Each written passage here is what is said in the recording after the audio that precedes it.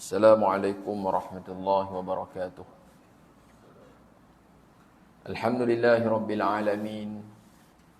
Wal aqibatu lil muttaqin. Wala udwana illa 'alal zalimin. Asyhadu an la ilaha illallah wahdahu la syarika lah. Wa asyhadu anna Muhammadan 'abduhu wa rasuluh. Allahumma salli ala sayyidina Muhammad wa ala ali sayyidina Muhammad. Rabbi shrah li sadri wa yassir li amri wahlul 'uqdatam min lisani yafqahu qawli, amma ba'du. Yang dihormati Tuan Imam, ahli jawatan kuasa masjid, khususnya muslimin, muslimat, ibu ayah yang dikasihi sekalian. Alhamdulillah, syukur kepada Allah Subhanahu wa taala, sama-sama kita dapat menunaikan solat fardu maghrib berjamaah. Dan malam ini kita dapat bertemu sekali lagi bagi meneruskan kuliah bulanan tafsir Al-Quran, dan kita berada di dalam surah Al-Kahfi. Pada pertemuan yang lepas, kita telah masuk dalam perbincangan kisah Ashabul Kahfi ataupun penghuni gua. Disebut Ashabul Kahfi, kita terjemah kepada penghuni gua. Jadi malam ini kita akan tengok lagi sambungan kisah-kisah yang disebut dalam surah ini. Sebab panjang juga kaitan kisah yang didatangkan dalam surah Al-Kahfi ini, yang membicarakan, yang mengutarakan tentang kisah pemuda yang lari ke gua untuk menyelamatkan akidah mereka. Malam ini kita tengok kepada ayat 13. Pertemuan yang lalu kita secara ringkas saja. Sebab pada pertemuan yang lepas kita masuk ayat 7. Ayat 7 kemudian masuk kepada sehingga 12, 13. Tapi kita ulang sikit. A'udzu billahi minasy syaithanir rajim.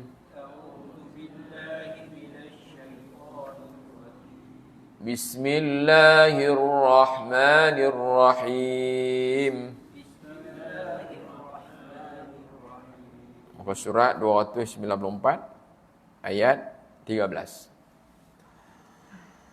Nahnu naqussu 'alaika naba'ahum bil haqq.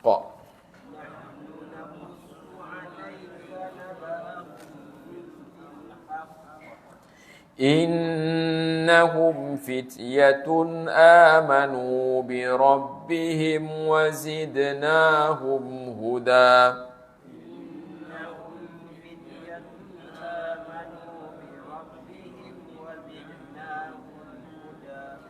وَرَبَطْنَا عَلَى قُلُوبِهِمْ إِذْ قَامُوا فَقَالُوا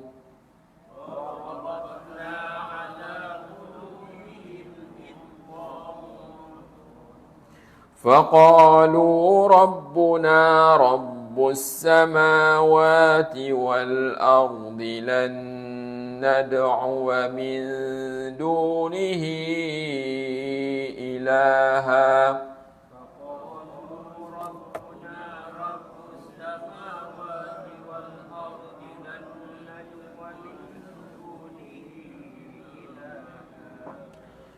لقد قلنا إذا شططا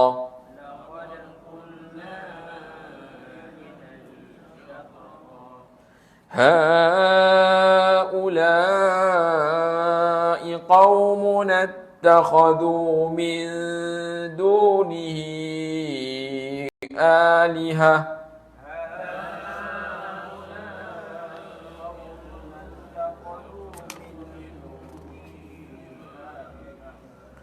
لولا يأتون عليهم بسلطان بين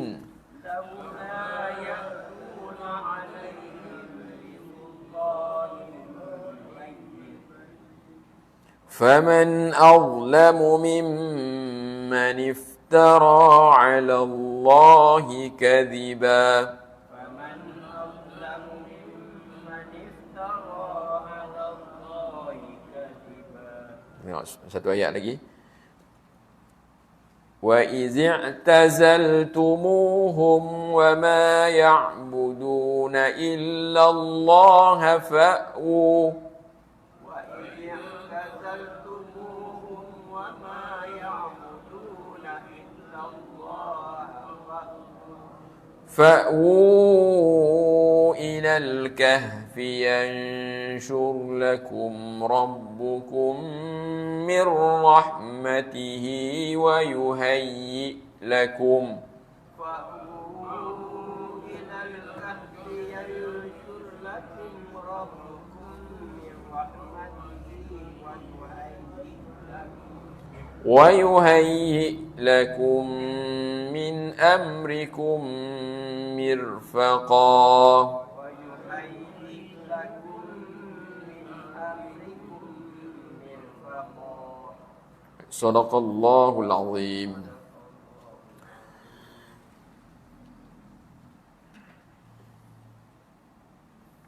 Jadi pada malam ini kita mula dengan ayat nombor 13. Ayat 13, nahnu naqussu 'alaika naba'ahum bil haqq innahum fityatun amanu bi rabbihim wa zidnahum huda. Jadi pada ayat yang sebelum ini masuknya kisah Ashabul Kahfi. Pada pertemuan yang lalu kita dah sebut tentang kandungan yang disebut di dalam surah Al-Kahfi. Yang besarnya ada 4 ujian yang disebut.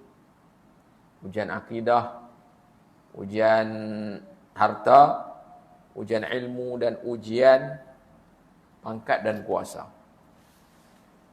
Jadi kisah Ashabul Kahfi merupakan satu simbolik atau perlambangan daripada ujian akidah. Bagaimana satu kelompok yang beriman yang mereka usaha selamatkan akidah mereka yang sedang diuji. Apakah pendekatan yang mereka ambil apabila akidah mereka dalam keadaan terancam?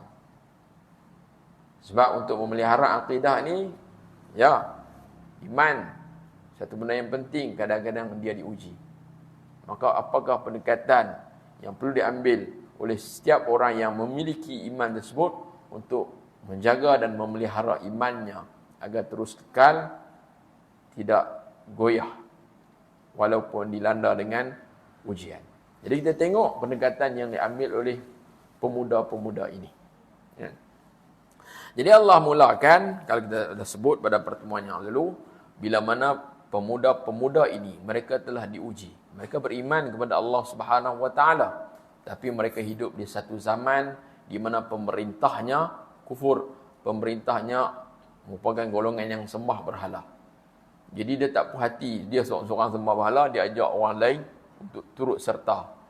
Dia paksa rakyatnya untuk turut menyembah berhala. Jadi ramailah masyarakat yang terpaksa menuruti, yang kufur, ikut kepada perintah daripada pemerintah tersebut. Cuma ada beberapa orang pemuda yang beriman, mereka ni tetap mahu mempertahankan iman mereka. Disebutkan oleh para mufassir, dikatakan mereka ini beriman, mereka itu berada di atas agama Nabi Isa alaihi salam. Yang mana mereka golongan Nasrani. Itu golongan Nasrani bila sebut tentang kisah Ashabul Kahfi merupakan satu kisah yang mereka amat kagum. Kan, satu kisah kehebatan orang mereka. Bagi mereka ini satu kisah yang amat mengkagumkan. Satu bukti kekuasaan Allah yang hebat sekali.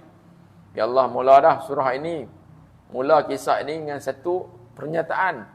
Am hasibta anna ashabal kahfi war-raqim kanu min ayatina ajaba. Adakah kamu nyangka wahai Muhammad, sesungguhnya penghuni gua Ashabul Kahfi ini dan Raqim itu merupakan satu-satunya tanda-tanda kekuasaan Allah yang amat mengkagumkan. Adakah macam tu? Sebenarnya tidak. Tanda-tanda Allah ini, ayat-ayat Allah ini banyak. Yang cerita Ashabul Kahfi ini salah satu saja, salah satu daripadanya saja. Banyak lagi, bahkan mungkin yang lain tu lebih hebat, lebih besar lagi yang perlu diberi perhatian. Kan? Jangan terlalu kagum sangat dengan kisah ini. Salah macam itulah. Kan? Antara tanda yang hebat Allah sebut sebelum itu iaitu penciptaan bumi dan perhiasan-perhiasan bumi. Allah berkuasa menciptakan bumi dengan perhiasan yang ada di atas muka bumi itu. Bahkan satu hari nanti Allah akan musnahkan, jadikan satu bumi yang rata saja. Itu juga satu tanda kuasaan Allah yang hebat. Jadi kisah Ashabul Kahfi yang diagung-agungkan, yang diangkat oleh golongan-golongan Nasrani itu merupakan salah satu daripada tanda-tanda kekuasaan Allah. Bukan satu-satunya, tapi adalah salah satu daripadanya. Baik. Kemudian Allah sebut tentang pemuda ini yang mereka bila mana dipaksa mereka telah melarikan diri. Bila mana mereka berdiri di hadapan raja paksa, mereka menyatakan keimanan mereka.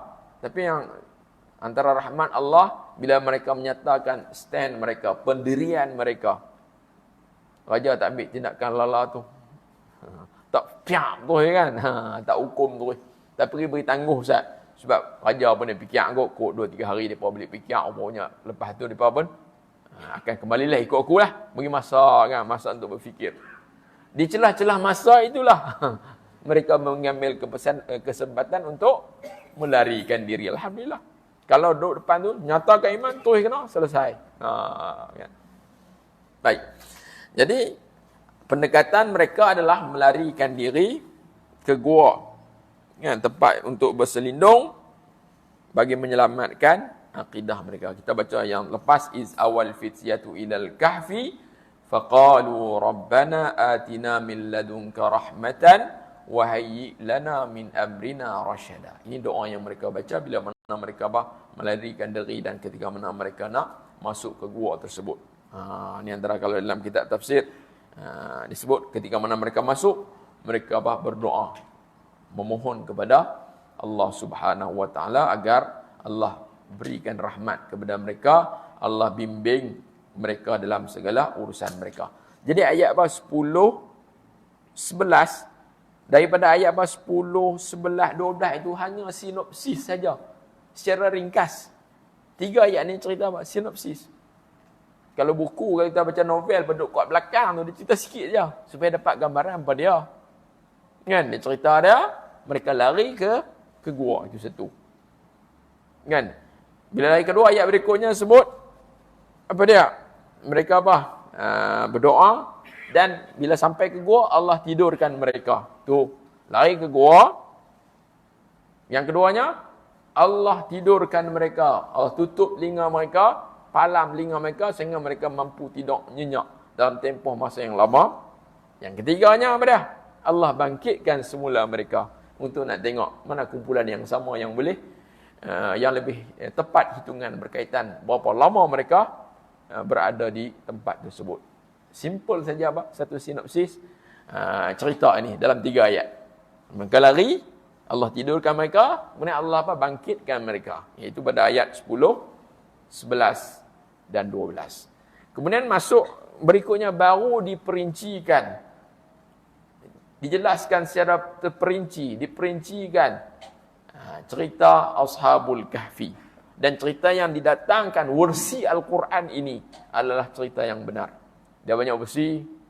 Mungkin Nasrani pun dia ada Israeli, ada cerita-cerita dia kadang-kadang boleh terima tak terima kan. Cerita macam-macam sumber. Ada yang mungkin sebahagian yang boleh diterima, yang ada ketepatan, dia bertepatan dengan yang dicerita dalam Al-Quran. Ada yang bercanggah. Tapi versi yang Allah umumkan dalam Al-Quran inilah yang benar. Sebab cerita lama. Bila cerita lama, kita kena cerita umum cerita hantu.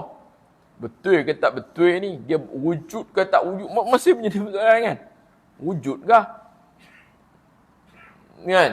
Kita pun tak pasti tu. Ada kata wujud berdasarkan bukti-bukti sejarah. Kan? Wallahu alam. Ini merujuk kepada pengkaji-pengkaji sejarah. Tapi yang Allah datang ni, Nabi bukan pengkaji sejarah. Tak ada nak pergi rosak tempat tu di mana, pergi tengok dengan kedudukan batunya, dengan tempat-tempat itu nak pergi kaji di negara mana. Nabi tak ada dah. Duduk kat Mekah dia. Tapi Nabi mampu ungkap balik kisah ni hampir perinci. Macam mana Nabi boleh cerita? Adakah Nabi pengkaji sejarah? Adakah Nabi pergi tengok sendiri tempat tersebut? Ataupun Nabi dia dapat grup WhatsApp, minta orang di sana untuk apa? Untuk tolong pergi tengok, bagi maklumat. Adakah macam tu? Tak. Tapi maklumat yang datang kepada Nabi tentang kisah tersebut adalah wahyu. Adalah wahyu. Bila sebut dalam Quran, maka kisah ini kisah yang benar, ursi Al-Quran. Kan? Jadi Allah mula dengan apa? Allah pun mula. Kata apa? Nahnu naqussu 'alaika naba'ahum bil haqq. Sesungguhnya kami, Allah kata Allah, kami kisahkan naqussu. Kami kisahkan. Kami ceritakan kisah 'alaika ke atas engkau, kepada engkau. Naba'ahum, berita mereka, perihal mereka, bil haqq, dengan benar. Mana kisah ini yang Allah ceritakan adalah versi benar, versi Al-Quran, versi Rabbani. Maka kisah ini adalah kisah yang benar. Kalau yang selain itu mungkin ada penambahan, mungkin dalam Taurat ke, orang Yahudi pun dia ada versi mereka. Dia pun percaya kan, Nasrani ada versi mereka. Tapi versi Al-Quran ini adalah yang Allah kisah dalam surah ini adalah kisah yang benar. Baik. Kemudian Allah mula dengan biasanya bila dalam satu kisah, satu filem, benda apa yang paling besar sekali kalau kita tahu? Aktor dia kan. Pelakon dia tu kan. Ciri-ciri pelakon nak jadi hantu, apa cerita Mak Kilau apa siapa dia? Mak Kilau itu nak fokus yang tu. Apakah ciri dia? Kan? Sebab kita dapat ambil pengajaran daripada batang tubuh tokoh tersebut. Maka Allah mulakan dengan sebut nama karakter watak utama dalam kisah ini. Kan? Jadi Allah sebut yang pertama ciri mereka adalah mereka itu orang beriman. Kalau si Nasrani kita tak tahu, mungkin dia kata ada jenis cara depa. Kan? Macam Zulkarnain pun banyak versi kan.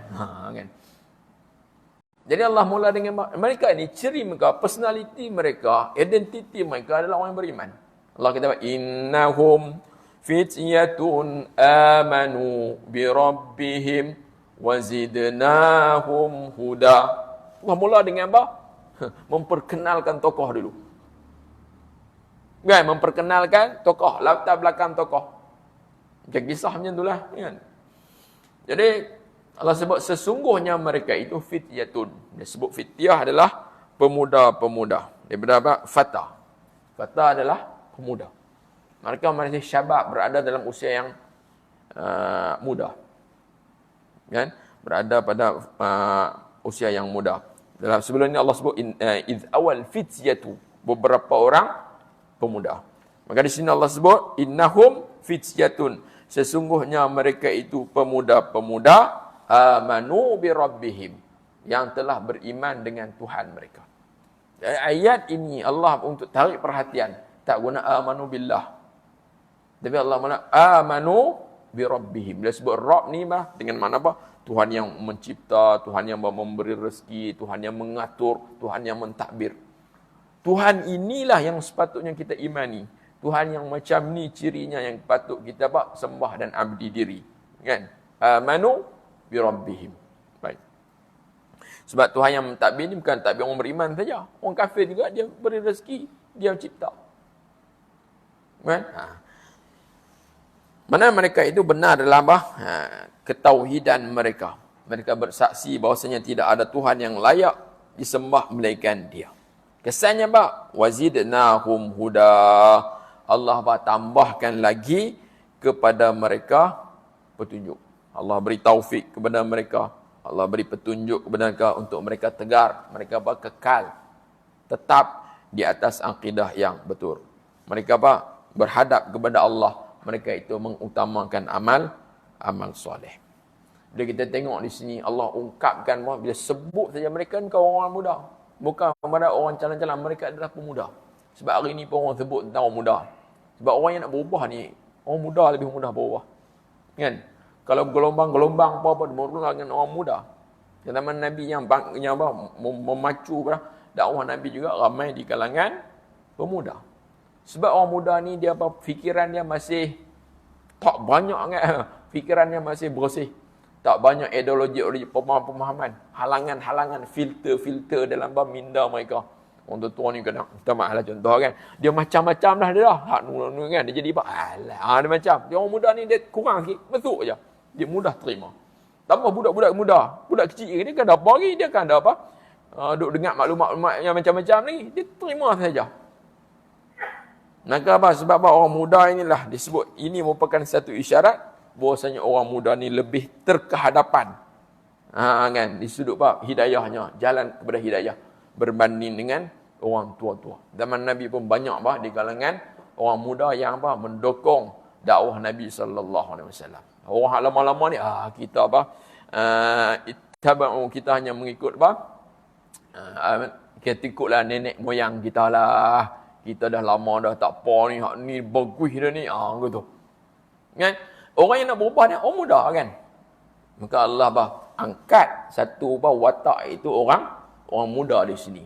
Mana orang yang boleh buat perubahan, orang yang berubah, orang yang berani untuk mendukung jalan kebenaran. Kan? Sebab kalau kita tengok orang Quraisy dulu pun hak masih tegar dengan apa? Kekufuran jadi musyrikin, ramai orang lama-lama. Kan? Orang lama-lama kita tak apalah macam nilah kan. Kita lebih selesa macam ni. Tapi orang yang berubah adalah di kalangan orang muda. Sehingga Imam Ibn Katsir kata kana aksarul mustajibina lillahi ta'ala wa rasulih sallallahu alaihi wasallam syababan. Dia kata apa? Orang yang paling banyak menyahut agama Allah, menyahut dakwah daripada Rasulullah sallallahu alaihi wasallam adalah pemuda. Wa ammal masyayikhu min Quraisy fabaqau ala dinihim. Adapun orang masyayikh, orang tua ni kan, orang lama ni di kalangan Quraisy tu, mereka kekal di atas pegangan ideologi mereka, tidak beringan kecuali sikit. Ada, bukan tak ada juga dengan bitak ramai macam mana orang muda. Baik. Sehingga apa? Di kalangan Nabi boleh kata apa? Kata Ibn Abbas, Allah tidak mengutuskan seorang Nabi melainkan dia dalam usia yang muda lagi kan. Kan? Kalau kita tengok cerita Nabi Ibrahim kan. Qalu sami'na fatan yadhkuruhum yuqalu lahu Ibrahim. Surah Anbiya kan. Kan? Bila mana bah dia meruntuhkan bahala-bahala tu, ni siapa ni yang kerja ni? Kami dengar seorang nama seorang pemuda tu, nama dia Ibrahim. Dia ni boleh jadi kot, dia ni yang buat kerja ni. Kan di situ sebut sebagai apa?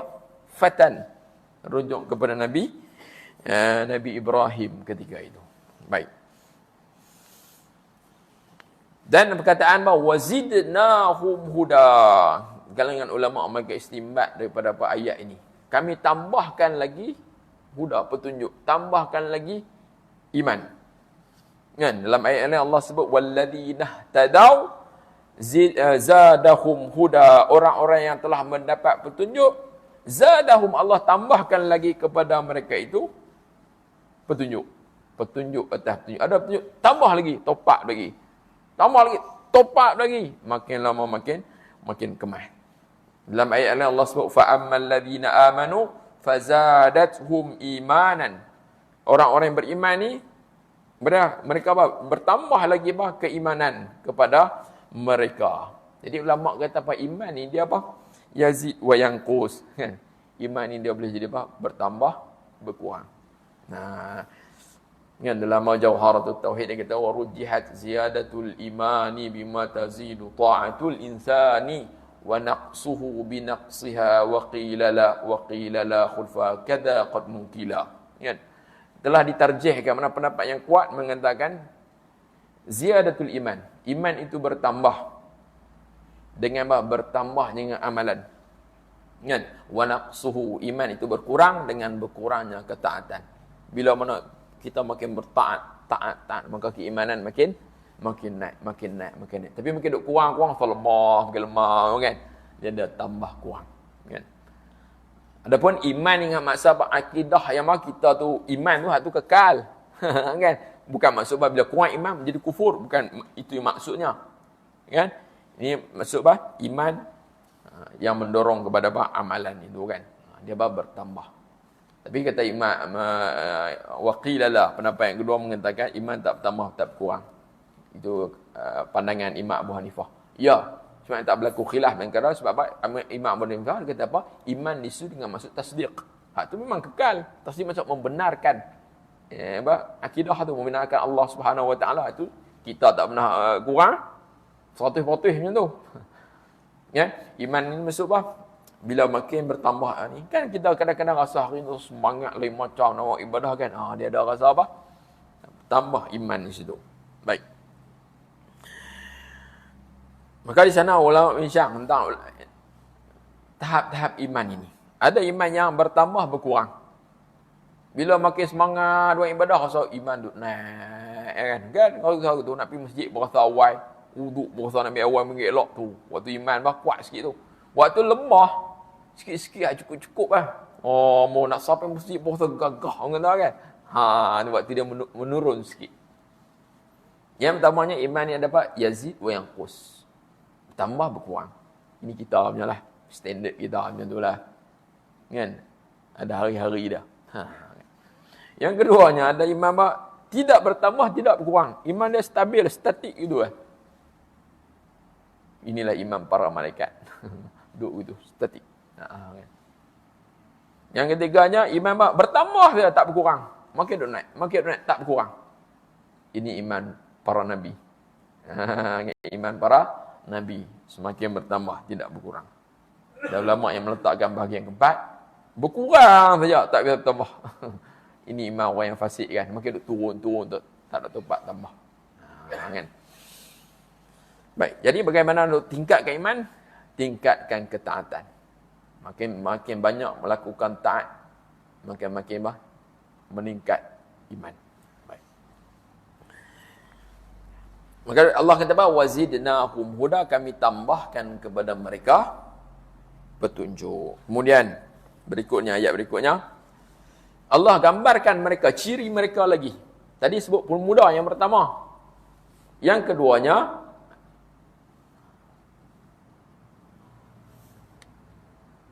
Allah sebut tadi ciri mereka adalah pemuda. Ini pemuda yang beriman dengan Allah Subhanahu Wa Taala. Dan mereka ini sentiasa mendapat bimbingan daripada Allah Subhanahu Wa Taala. Yang keduanya, ciri mereka ni orang yang teguh iman mereka.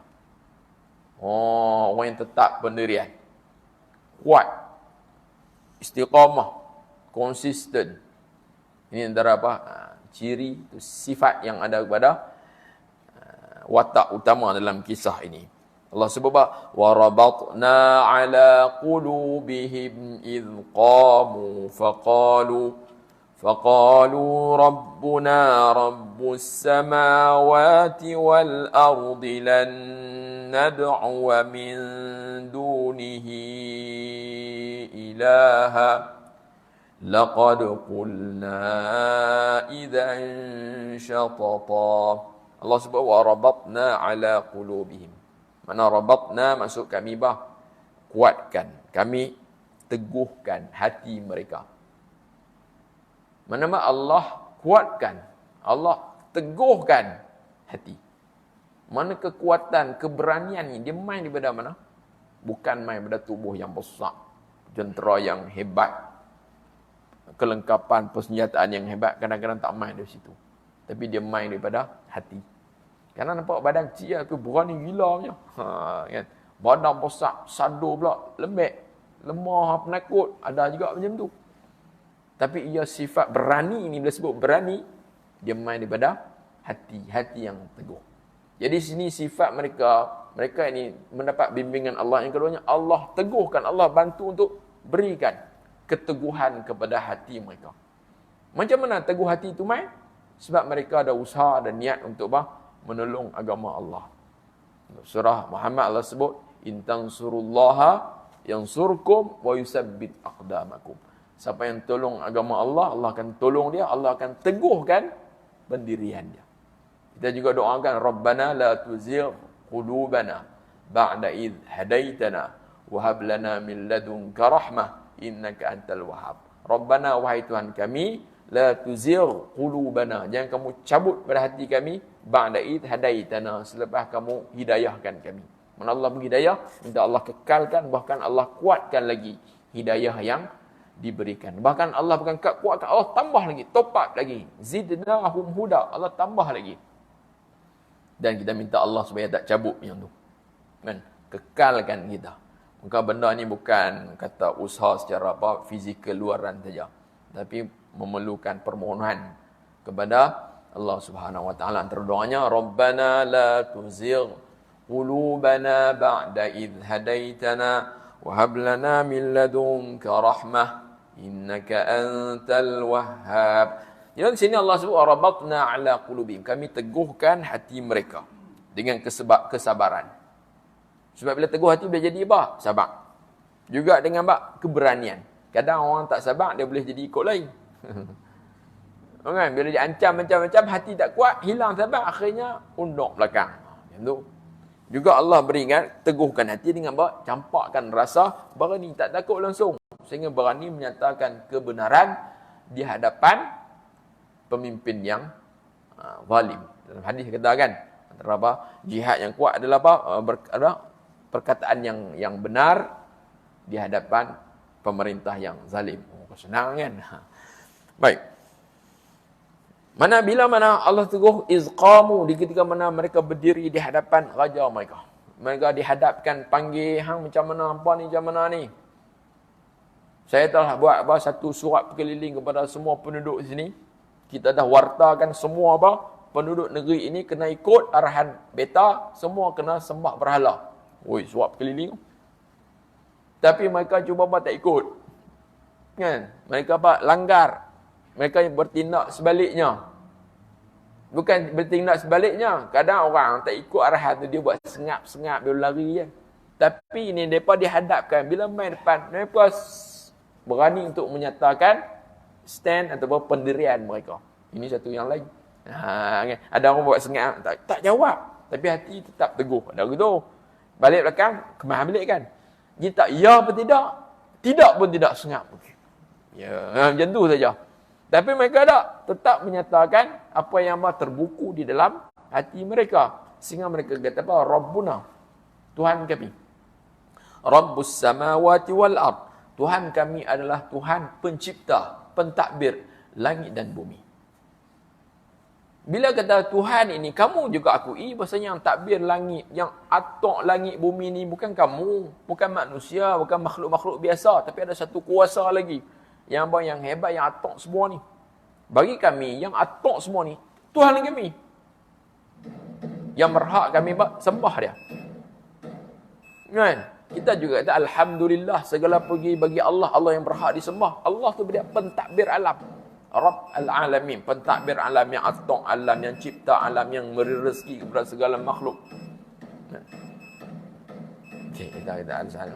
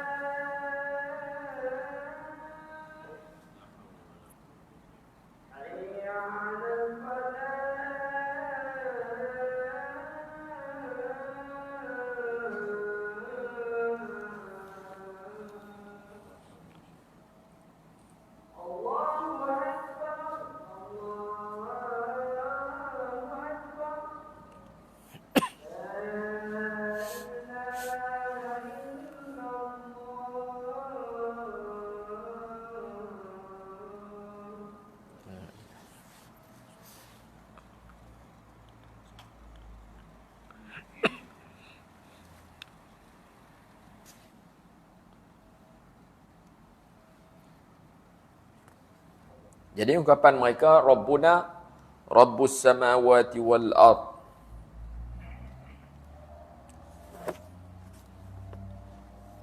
Lan nad'uwa min dunihi ilaha. Tuhan kami adalah Tuhan pentadbir langit dan bumi. Benda yang disebut lan nad'uwa min dunihi ilaha. Kami tidak akan menyeru, kami tidak akan sembah selainnya, Tuhan yang lain. Mana ini pendiriannya di sudut pengabdian diri kami tak akan ambil. Kami tidak akan sembah Tuhan yang lain selain Tuhan pencipta langit dan bumi ini. Mana ini tegas penegasan. Mana dia sebut tentang sebab apa? Dia ambil Allah Subhanahu Wa Taala sebagai Tuhan yang berhak untuk disembah. Tuhan inilah layak diabdikan sebab dia adalah pentadbir yang maha agung, pentadbir alam, pencipta manusia, pencipta seluruh alam, pentadbir yang mengurus segala-galanya. Dia yang maha kuasa. Maka dia yang selayaknya kita sembah. Kalau sembahan-sembahan yang kamu ajak kami ini untuk turut serta sembah, apa mereka boleh buat? Adakah mereka berrezeki kepada kami? Adakah mereka yang mentadbirkan urusan hidup kami? Adakah mereka itu yang yang cipta langit dan bumi? Tak. Tapi sebab apa kita tiba-tiba tunduk kepada mereka, sembah kepada berhala-berhala ini. Sedikit pun mereka tak boleh beri manfaat kepada kami. Sedikit pun mereka tidak boleh beri mudarat kepada kami. Tapi Tuhan yang kami sembah, yang kami jadikan sebagai Tuhan yang kami abdi diri, adalah yang beri rezeki kepada kami, yang takbir kami, yang cipta kami, yang setiap hari beri makan, minum kepada kami. Perkataan Rabb maksud mudabbir, pentadbir alam ni. Maka dialah yang berhak kami sembah ikut. Kan lan nad'u min dunihi ilaha. Yang kamu dah ajak kami macam ni pasal apa? Kalau orang yang mempunyai akal yang waras pun boleh fikir macam tu, boleh beza. Soalan sini lah, yang nak pergi sembah yang berhala-berhala sekupang apa dia tak boleh beri, pasal apa? Hak kami sembah ni, orang yang beri rezeki kepada kami. Kan?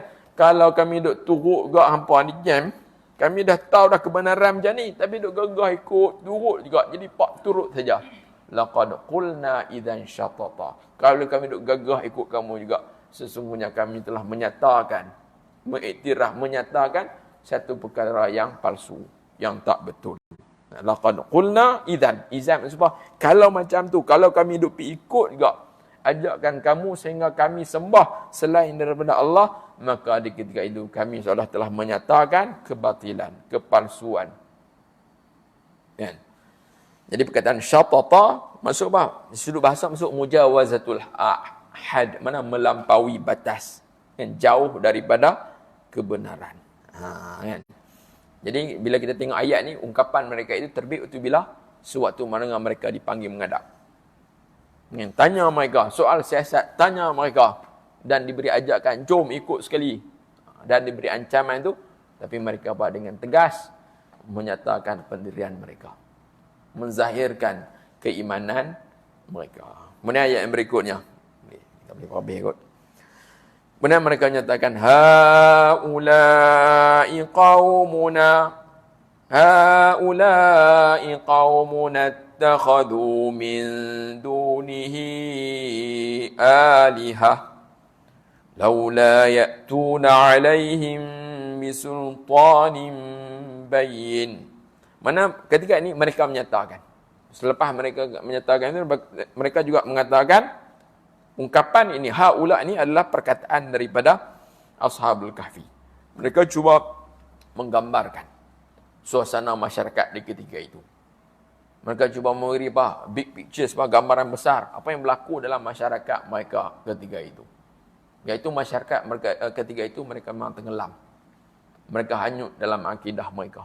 Mereka telah terpesong daripada jalan kebenaran. ikut ajakan pemerintah ketika itu. Jadi mereka kata, haula, mereka ini kaum-kaum kami, masyarakat kami, orang-orang dalam rakyat-rakyat tempat ini. Ittakhadhu min dunihi alihah. Mereka telah mengambil selain Allah itu sebagai Tuhan. Alihah itu apa? Tuhan yang disembah. Mereka ambil yang lain sebagai sembahan-sembahan mereka. Ni habis dah. Itu gambaran bahawa rosaknya akidah ketika itu dalam masyarakat. Bukan sikit-sikit, banyak lah. Dia kata kaum ni dah merujuk satu jumlah masyarakat yang banyak. Habis dah kaum kami ketika itu, mereka telah menyembah selain daripada Allah. Ambil selain daripada Allah itu sebagai Tuhan. Ini berlaku pada zaman Dqiyanus, pemerintah ketika itu. Di mana mereka telah menyembah berhala. Peliknya ikut hanya ikut. Bahasa kasar kata ikut serondoi kan. Babi buta gitu kan. Kan. Pergi ikut je.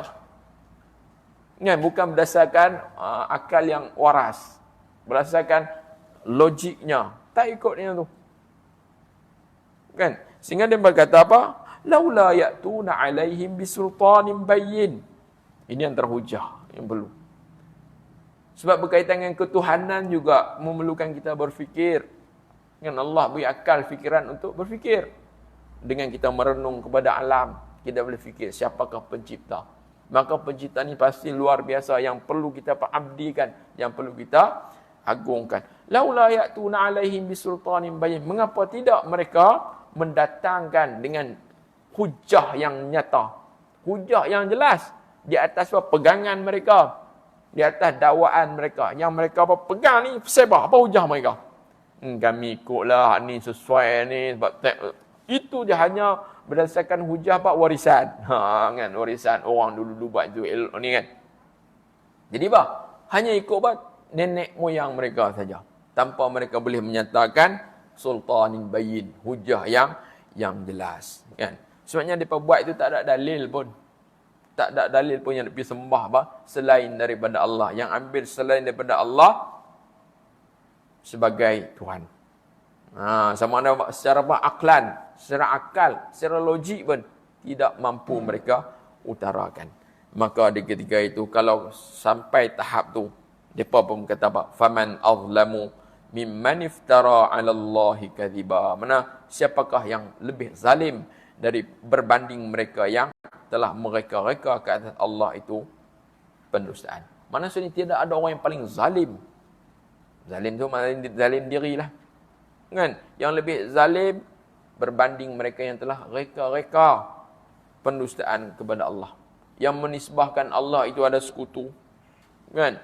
Yang ambil Tuhan yang lain, kata ini adalah sebagai wasilah untuk sampai kepada Tuhan. Kan? Kita berhala ni sebagai wakil di bumi saja kan. Kan? Maka itu tidak ada hujah. Maka ini satu bila sebut zalim, mereka buat itu bukan berdasarkan mereka letak, bukan tak kena pada tempatnya. Maka di sini bagi kita orang yang tidak beriman, yang ambil sembahan yang lain, mereka itu adalah orang yang paling zalim sekali. Kan? Faman azlamu mimman iftara 'ala Allahi kadhiba. Kan? Tapi dalam kisah ni bila pemuda tersebut dia bangkit berdiri menyatakan kebenaran, antara rahmat Allah ya raja tak ambil tindakan segera.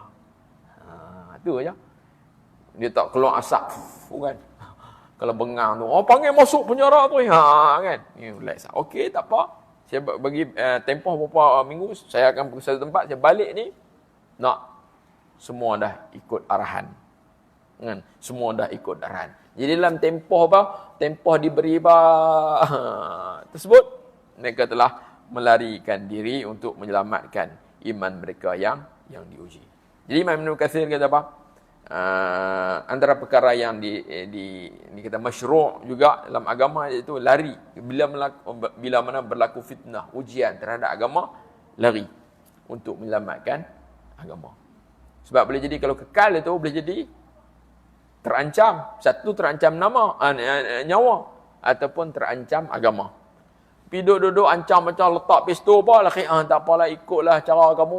Maka ketika itu habis musnah agama yang menjadi pegangan sebelum ini. Maka mereka lari diri untuk menyelamatkan akidah. Kan? Jadi inilah juga dikata ini mengasingkan diri daripada masyarakat. Uzlah. kan. Dia waktu tertentu je lah kan. Jadi dalam Ibn Katsir kata wala tushra'u fi ma adaha, tak disyariatkan untuk beruzlah itu selain daripada situasi-situasi yang mengancam, yang diuji. Sebab bila pekat keluar waktu okey ni, ketika itu meninggalkan masyarakat, meninggalkan jamaah ketika itu kan, duduk seorang dekat bukit ke macam mana kan, maka tak digalakkan ketika itu, tidak dimasyru'kan. Jadi saya rasa setakat itu untuk malam ini. InsyaAllah pada pertemuan akan datang kita akan masuk pada muka surat yang berikutnya. Masih ada rentetan sambungan lagi. Bagaimana pula situasi mereka? Tadi dia Umar bila dia Umar cerita dah lari dah, lepas tu dia flashback balik. Kalau kadang-kadang kisah tu dia teringat balik kan. Kan kita buat kisah tu kan, sampai tu lepas tu flashback balik, dia teringat balik. Boleh jadi dia fikir-fikir teringat balik hal lama. Ini antara orang buat filem macam tu lah, dia teringat balik zaman dulu. Ni kisah dia cerita dah tidur, tiba-tiba dia kembali ke semula zaman sebelum itu, iaitu ketika mana mereka berdiri di hadapan raja tersebut. Ni kisah lama kan, tapi di flashback balik orang kata untuk melengkapkan cerita ni. Dan selepas ini akan sebut balik situasi mereka waktu mana mereka sedang berada di dalam gua tersebut. InsyaAllah pada pertemuan akan datang. Wassallallahu ala sayyidina Muhammad wa ala alihi wa sahbihi wasallam. Bismillahirrahmanirrahim. Alhamdulillahirabbil alamin. Wassalatu wassalamu ala asyrafil anbiya'i wal mursalin wa ala alihi wa sahbihi ajma'in. Allahumma inna nas'aluka 'ilman nafi'an wa qalban khashi'an wa 'amalan mutaqabbalan wa rizqan halalan wasi'an wa shifaa'an min kulli da'. Rabbana atina fid dunya hasanah wa fil akhirati hasanah wa qina 'adzaban nar. Wassallallahu ala sayyidina Muhammad wa ala alihi wa sahbihi wasallam. Alhamdulillahirabbil alamin.